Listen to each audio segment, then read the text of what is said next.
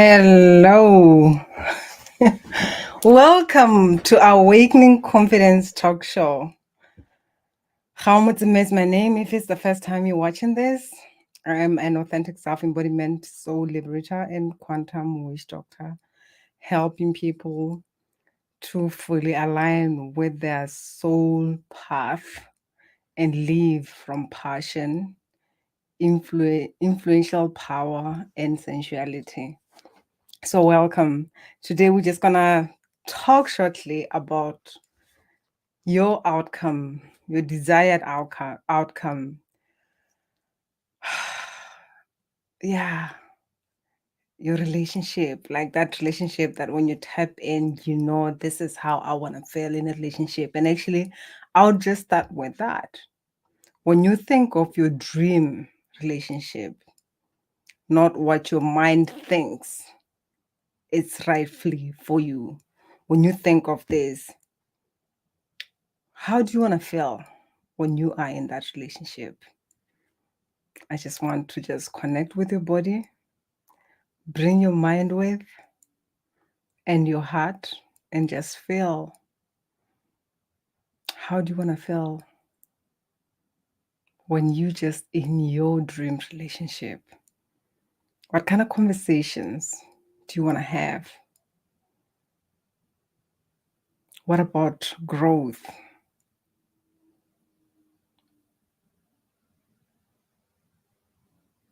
What job will you be doing? Who is going to be around you?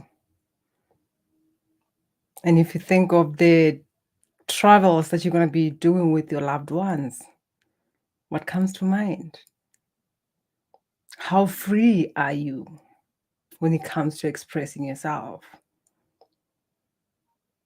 Just feel into this dream relationship that you feel is it's uplifting, it's soul nurturing, it's not, you know, that codependency where it's kind of like you feel without the other person you won't survive. There is just this freedom that you get to be in, the freedom that you get to feel, the expansiveness when you are in that relationship. Now that you know how you want to feel, whether you want to feel loved, confident, secure, and all that, the question is, are your beliefs in alignment with that which you desire? Are your behavior in alignment with that which you desire? What is the conversation that you're having with yourself when you connect with your mind, just to say, this is how I want to feel, this is how confident I want to be, this is how I want to express myself, this is the person that I want to be with, the conversations that I want to have. When you connect to your beliefs right now, how much do you believe that you are worthy of having that relationship? What is your beliefs, your conversation? Are you more telling yourself, come on, love does not exist? Or you just feel your heart starting to beat like faster because there is this part of you that is afraid. Probably it's an inner child that feels like, oh, if you find a partner, the chances of you abandoning me are high. So I'm afraid because right now it feels like at least I can be with you, you know? So I'm afraid that if you get to be with somebody else, then you're going to abandon me like you did.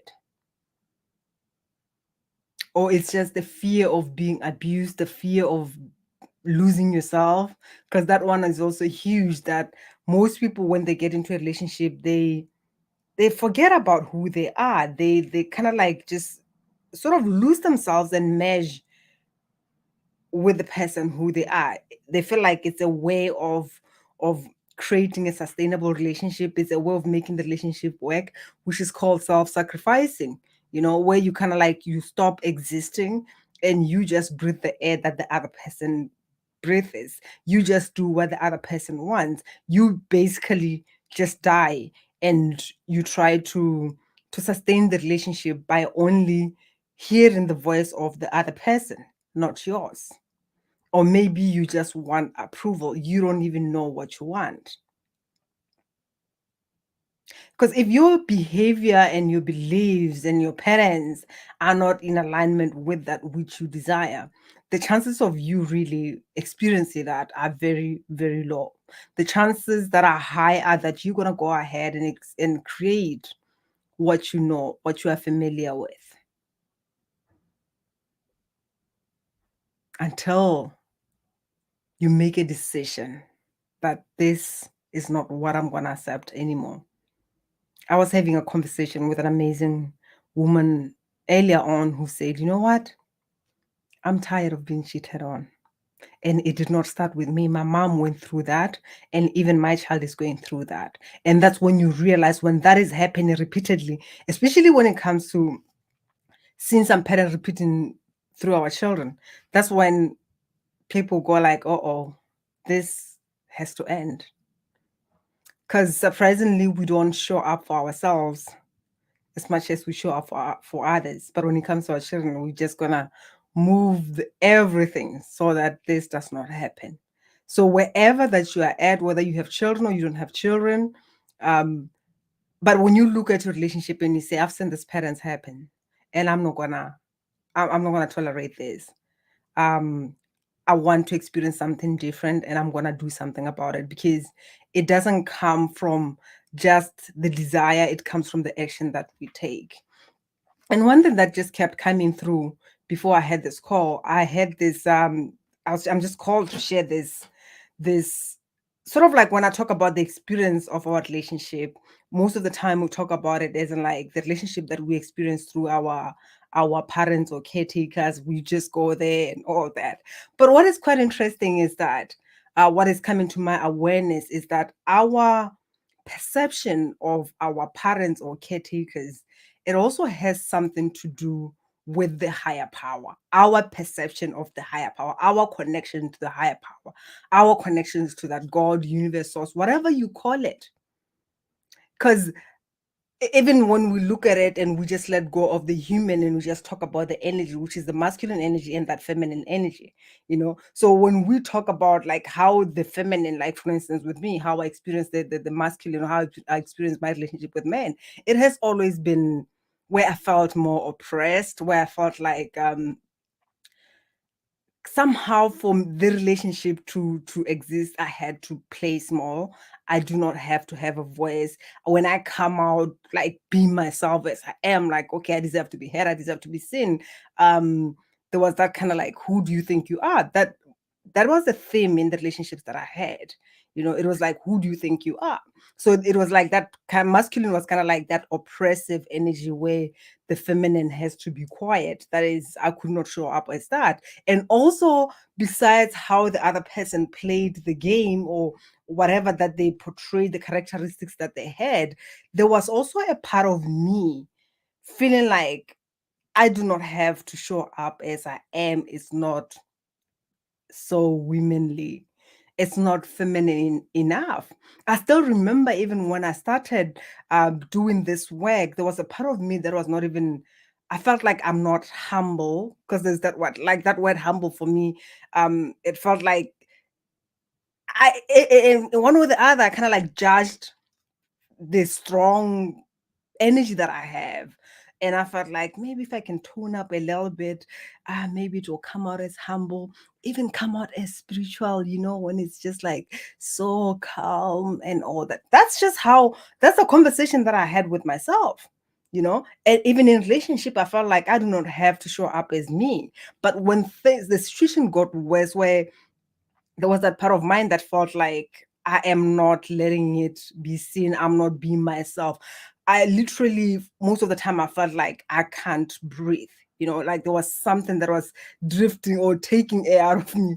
And I'm just laughing as I'm speaking about this, because I still remember um some years ago when I had this vision, and the message that kept coming through was just that I can't be myself while I was in this relationship. Like I was given a vision of me not being able to breathe. And guess what? With that message coming through, because I wanted the relationship to work so much, my interpretation of the message that came through was, oh, I have to just let this guy do what he wants. I have to not stop talking too much because maybe just by expressing myself, I'm sort of like destabilizing the relationship, you know. But situation got worse. And when I got it, I was like, wow, what the message that came through was just that you cannot be yourself when you are in this relationship, because I'm big about being authentically me, you know. So I could not be myself because a part of me was busy nursing the wounded aspect of this person, and I had this desire for this person to unleash their potential. And I was so attached into who they could be if they could let go of some wounded aspects and like alcohol addictions and stuff. And with that, my energy was just on making wrong of who they are, or who how they choose to live their life, and my attention was not on me.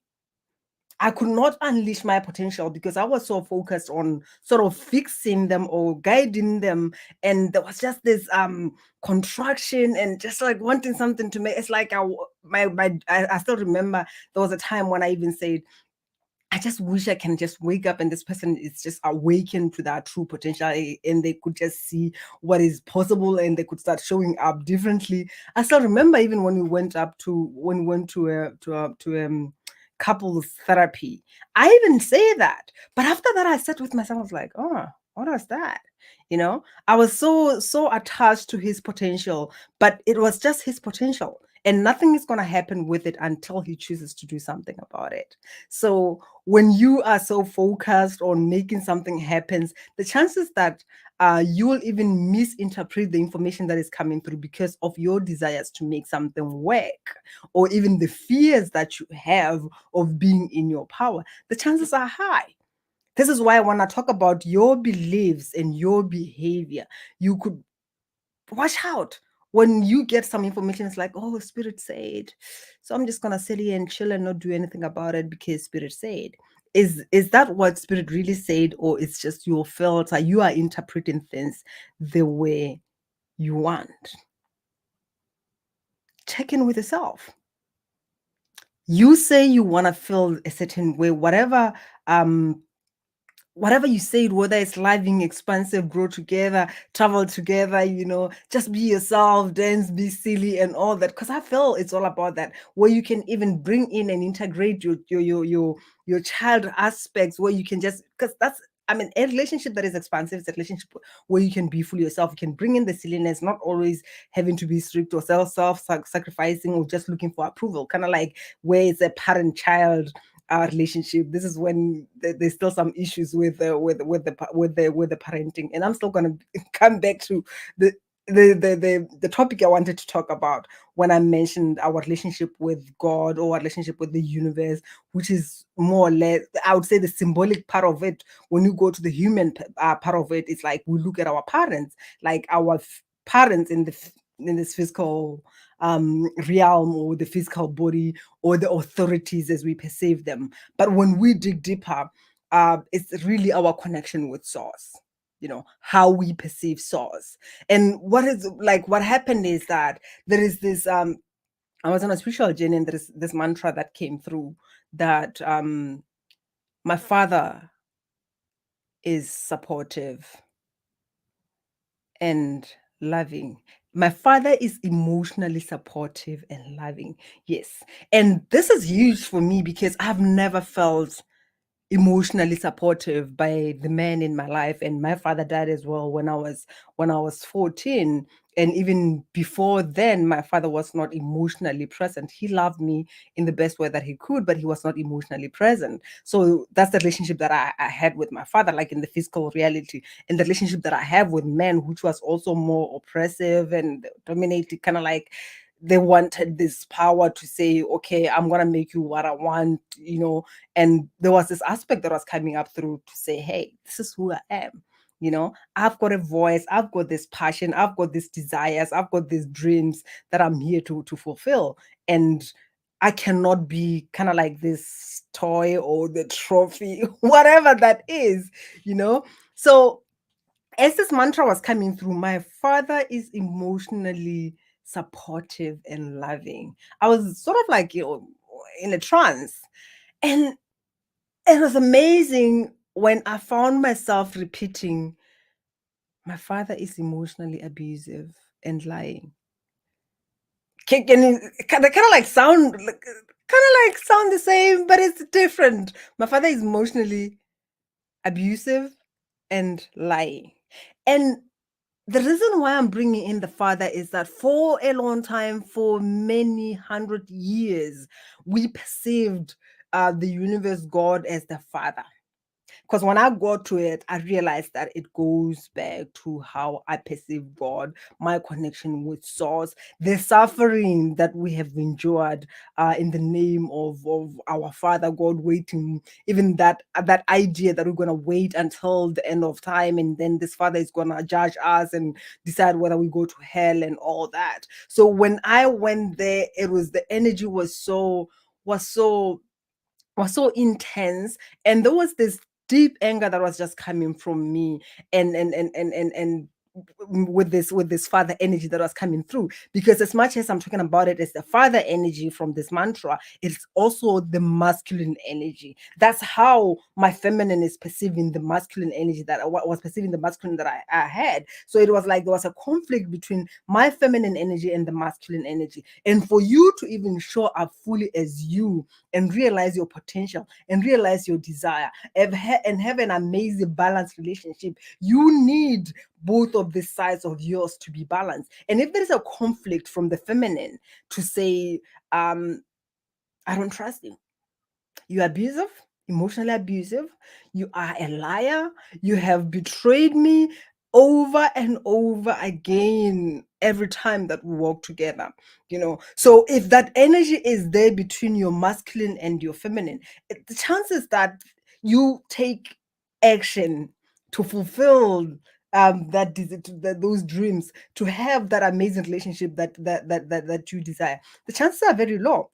Because first thing, you don't have a relationship with your inner self. There is no harmony with your inner self, including even your spiritual guides, which is, even when you talk about spiritual, I'm just gonna bring that mind as well, because as much as it's the filter, it also it's a filter, and it brings in the things that you experience, it brings in the things that you desire. The question is, how do you connect with it? How are you in harmony with it? How are you able to assign it to go ahead and bring it whatever that you desire? Your heart, which is that gateway to your soul, basically. So if you do not connect, if you are not connected to your heart and you do not listen to that message, or probably you are getting messages but misinterpreting them based on your, I would say, fears. I wouldn't say it's your, because at times we think we want something, and actually what is there, it's something else. Like I mentioned about the emotionally supportive and loving father, and what came through was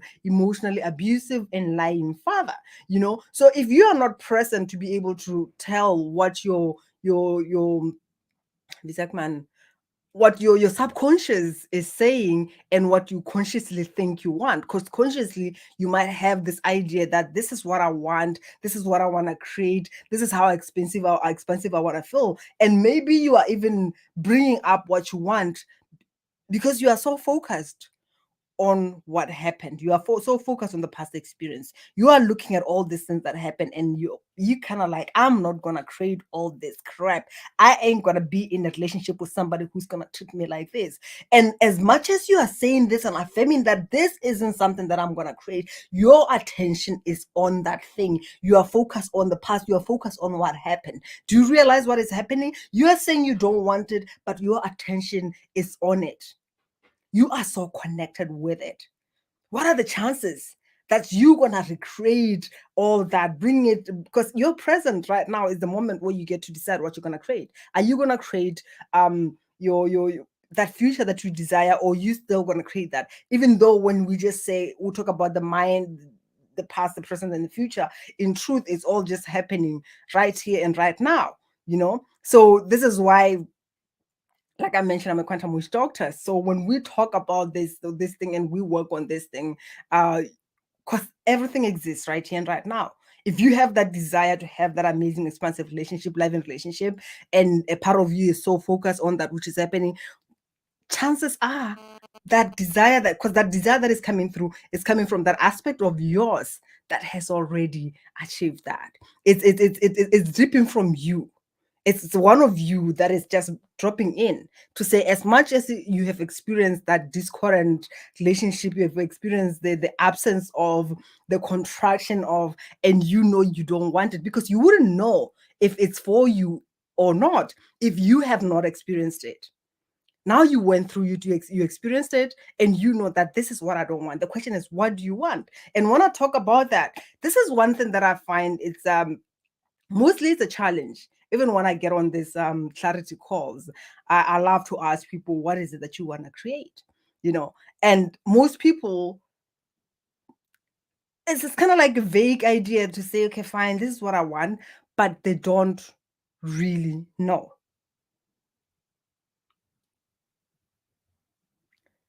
They have a vague idea of what they want, but they are so clear of what they do not want because of the experiences that they had. And that's a great thing.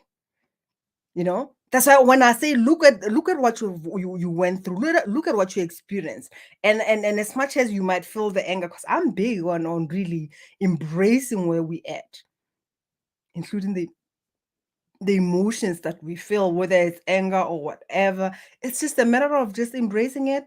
I'm not one where you say, oh, just be positive, or like, for instance, you feel certain emotion, it's kind of like, oh, just forgive, I've forgiven, and you are in a hurry to run away from that, because you have forgiven and you don't want to focus on that. Oh my God, it's not positive enough and all that. This is why people keep on recreating and repeating the same thing over and over again, because we come from the mind. We do not live our life. We do not get to listen to those aspects of us that fell in love with the emotionally abusive and lying aspect.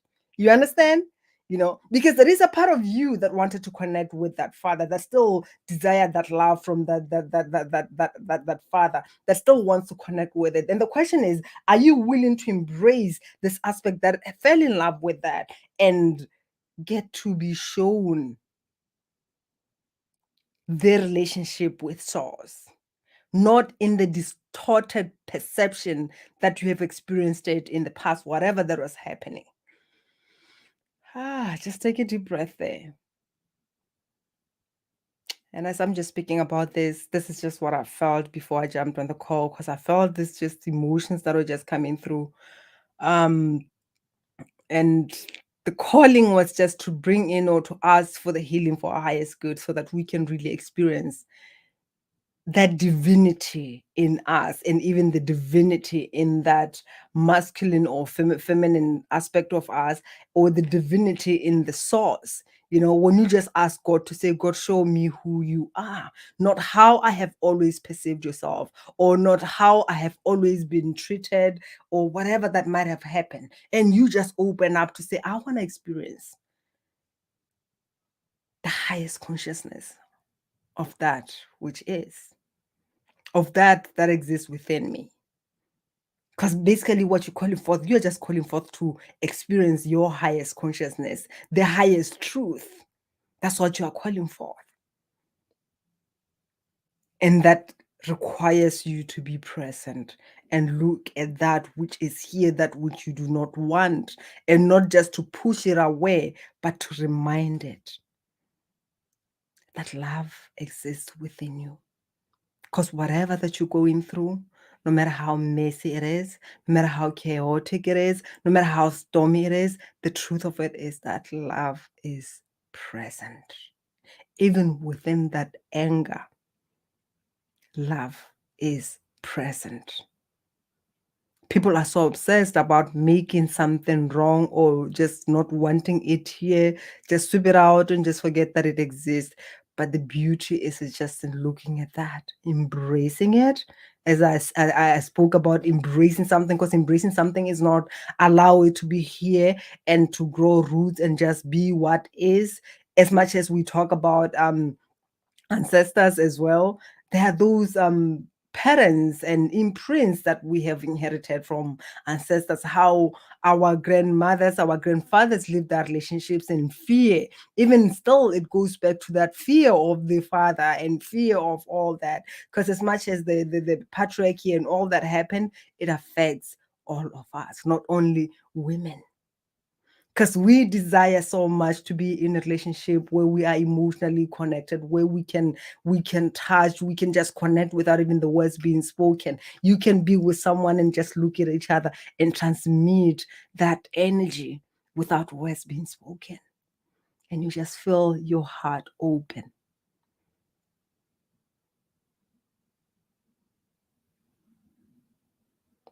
And for that expansiveness to happen, for that magic to happen, for us to be able to transmit that love when we are sitting with our beloved. And at times, it does not need for us to be sitting with them. It's just us knowing that we are connected. Because this is something that I actually experienced. It's funny that at times I can connect with someone and then talk about maybe the pain in their body to say, what is happening here? And they're like, no, I don't have that pain. My husband or my wife is the one who has been experiencing it. So now when you look at this to say, when you are with someone, we are always transmitting this energy. This frequency is always being transmitted within each other, because we are magnets.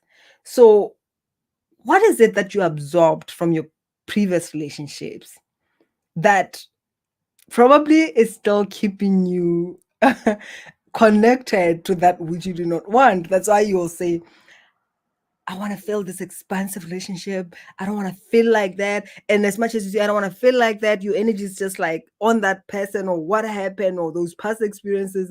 You are not here so that you can create your next. You are just so leaning on that person, on what has happened, on that which you do not want. That is that connection that happened. That's why I say when I talk about the emotional pain, physical pain, mental pain, these unresolved things that we suppress, we repress, or we just put a blanket even, to say, I'm this strong person. I don't want to cry for that person. And your inner child is like, oh, you don't understand. This is the only love that I know, and I want it so much. I still wanna, I just, you still want that approval, you still want that to be seen by that aspect from that person that is similar to you, maybe your father. I'll just go ahead with that example because that's what I was talking about. But it's not limited to the father, but into the mother too. Because at times, like I said, that feminine energy, which is like that inspiration, that which is creative and all that. At times we suppress that energy along the way because there is that aspects that we need more of, which could be the masculine. Then we kind of like bring in more of our masculine side, and the masculine side overpowers the feminine. You know, it's not, we're just out of balance because we needed to feel protected. We called for this energy to protect ourselves, and if the masculine energy is coming through from this perspective of fear, oh my God, I'm in danger. Now you can imagine what is happening there. So you going around with what you want, and you are just creating from this energy of fear. You are creating from this energy of lack, of poverty, of not enough. Because I'm just going to share with you a few things that are mostly standing in between what you desire and where you at. This is why I asked you, that are your beliefs, your behavior, your patterns, your imprints in alignment with your desire? Because blame is one energy that really is a big culprit in terms of stealing what we want. If you are focused on blaming someone, that's it. That's it. Like I said, that's where your energy goes. That's where your attention goes. You know, it's different when you say, I take responsibility for myself. I came across this, I don't know if it was yesterday, when it was written, it said, do not be part of the problem, be the whole problem. I just laughed when I saw that because it's so flipping true until you decide that I am the problem because I have allowed, because I've given my power to, because I've focused for a long time in this, because I've desired to be loved by someone, I've desired to approval. Then I sacrificed myself because I was so focused on what happened to me that I only perceived myself from that energy of lack, of powerlessness, of not enough. Therefore, I have settled. When you make a decision and say, enough is enough. I am not what happened to me. I'm going to step on that and create something anew. It is time. When you do that, you are taking back your power. That is you saying that you and you and you, whoever, parents, ex, colleagues, neighbors, children, whatever, I'm taking you out of the equation. It's gonna be me equals me equals me, or me plus me equals me, or whatever. I'm gonna be my own project. I'm gonna choose to love myself. Whatever appreciation that I need, I'm gonna start by giving it to myself. And listen and take action based on that inner guidance that is coming through. Because the worst betrayal is the betrayal of the self. This is why often when the inner child feels like you often abandon it and run after this partner because you want things to work so badly, you self-sacrifice because you want things to work so badly. When that happens, the inner child sabotages your relationship because it's fed up with being abandoned, while it's that aspect of yours that has been with you for a long time. And it knows what you really need. It knows your desires and it knows how it can help you achieve them. The question is, are you willing to be present with it? It knows how to have fun if you are willing to embrace it and bring it along. But you are so busy making love with fear, while fear is also afraid.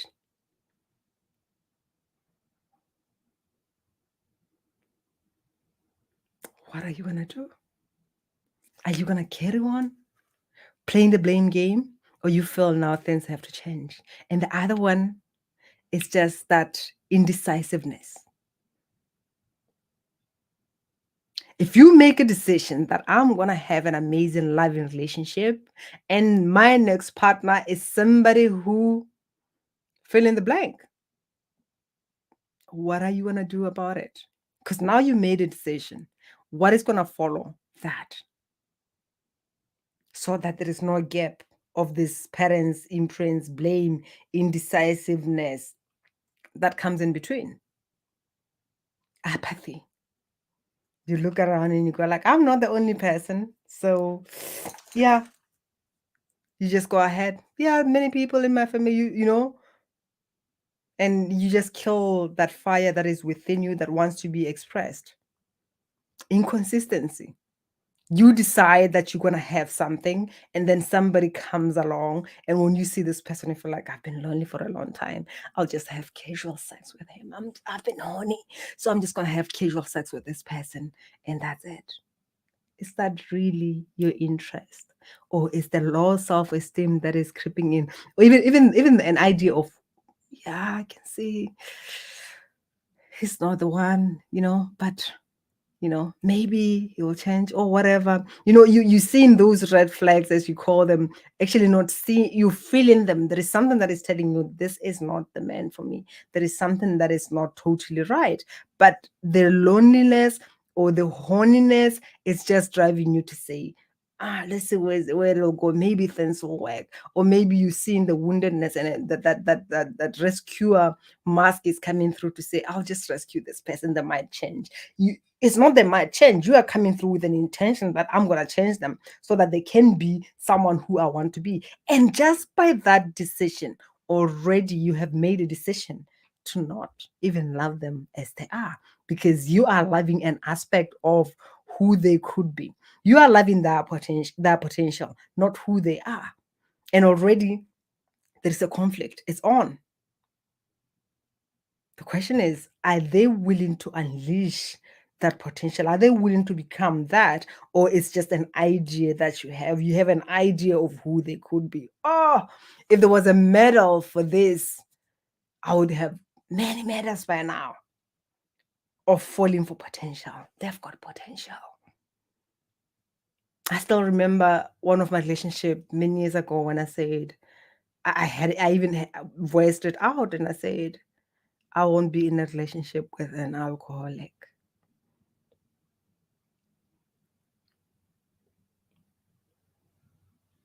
What are you willing to do about it? He didn't tell me. He didn't come forward and say, I have this problem. I'm willing to do something about it. I witnessed after a few parents, like things happening. And at the end, I was like, come on, this this is just not an excuse. Even there was that blame again where this person was blaming the ex. I'm just stressed. I'm just stressed. The ex, the ex, the ex. And I was like, okay. And then I was like, okay, fine. I'm willing to help you.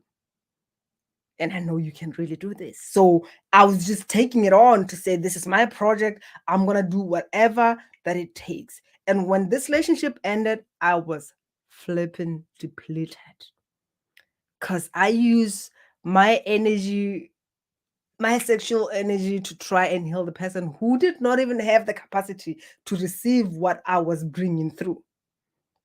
And I still remember, even in that relationship, to say, even my own interest, like I mentioned earlier, to say that there are times when you just sacrifice just to have sex. Because it doesn't mean that if you're in a relationship with someone or if you're married with to someone, you always want to do something. Especially when it comes to us women, we are more open when someone is emotionally available, when we feel emotionally safe, when there is that connection that is happening. That's when we kind of like, there is just that blossoming that is just happening, where this desire that just comes from comes from within. It's not, we don't operate from the mind bottom. It's kind of like we just come from within. So I still remember that even in my relationships, like in this relationship that this person was alcoholic, what happened is he would be out, like totally out, for however long. And I would feel, actually, what happens is, one thing that I can tell you is that before even someone goes into that period, if at all, it's something that is, because there's different kind of alcohol addiction. And I'm not judging that, I'm just saying it out there as it is. What happens is, before even someone's get into that state, there is an energy that comes in before. So an intuitive, I would feel that before it happened, either a week or two prior. So I'll start being worried because I know what's coming. Yeah.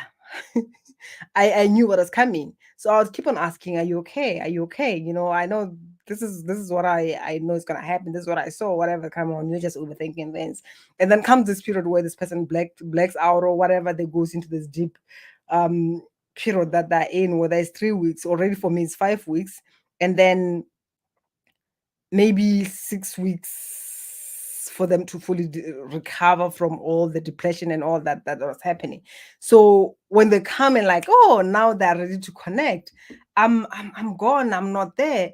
But because again, I'm this sexually active person, um outside, even though I don't feel like it, because emotionally I am depleted, I'm disappointed and whatever that is there, and even the judgment. But at the end of the day, I'll just be like, but I just want to do something. And then afterwards, I just go into this, what the hell were you thinking? Because I still feel, I don't feel good about myself. It's not what I wanted to do at that time, because there is, emotionally I feel depleted. Emotionally, I still have to nurse myself. I get to nurse myself for me to feel or to connect back to that person, because of the disconnection that happened. I'm not emotionally, like, sort of like a button that you press on and off like he does, or he did. So I'm just bringing this up to just look at the patterns that you are operating from in your relationships. What are you allowing to, even the relationship with yourself? Because if you are gonna sacrifice your own self-interest just for a casual sex, what does that say about you? You know, um, is your behavior really in alignment with that which you say you desire, or there is no consistency there? So until you make a decision that this is what I want, this is what I'm gonna get, and you take action in alignment with that, you take full responsibility for that which you want, then you know you are onto something. If you are still focused on blaming somebody, if you are still being indecisive, being inconsistent, you're already telling yourself something, So it is time that you look at that and decide otherwise. So I was just showing up here to share that with you, or to ask you that question. And for those who really feel called to change and align with what is for the highest and greatest good, I'm available. Send me a DM so that we can have a conversation, so that you can discover the outstanding 4 simple secrets that takes new singles from feeling disconnected, feeling unloved, feeling unworthy, to being their vibrant self and feeling confident and find love with ease. How would that be for you to be that person a year from now, like it happened with my clients? To heal that pain, actually use it as a stepping stone for you to align with what is for your highest and greatest good. I would leave you with that. 𝐫𝐞𝐥𝐚𝐭𝐢𝐨𝐬𝐡 is my name. I am an authentic self-embodiment soul liberator and a quantum witch doctor. And if you want to find out what is standing in your way between your desired outcome and where you're at, I would like to have a conversation with you. I would gladly do. And there is a lot of mind-blowing insights that you're gonna have. It's gonna change your life, whatever decision that you make. But I just hope you are a decisive person. You know what you want, and you're not gonna allow inherited ancestral patterns to stand in your way. You're not gonna allow past experiences to dictate how your love relationship is gonna be like going forward. You're gonna open up to even create a loving relationship, even with source, where you can just create many more things using the same thing that I'm gonna be sharing with you when we go through this. Because for me, being in power is aligning your personality with the soul. Much love.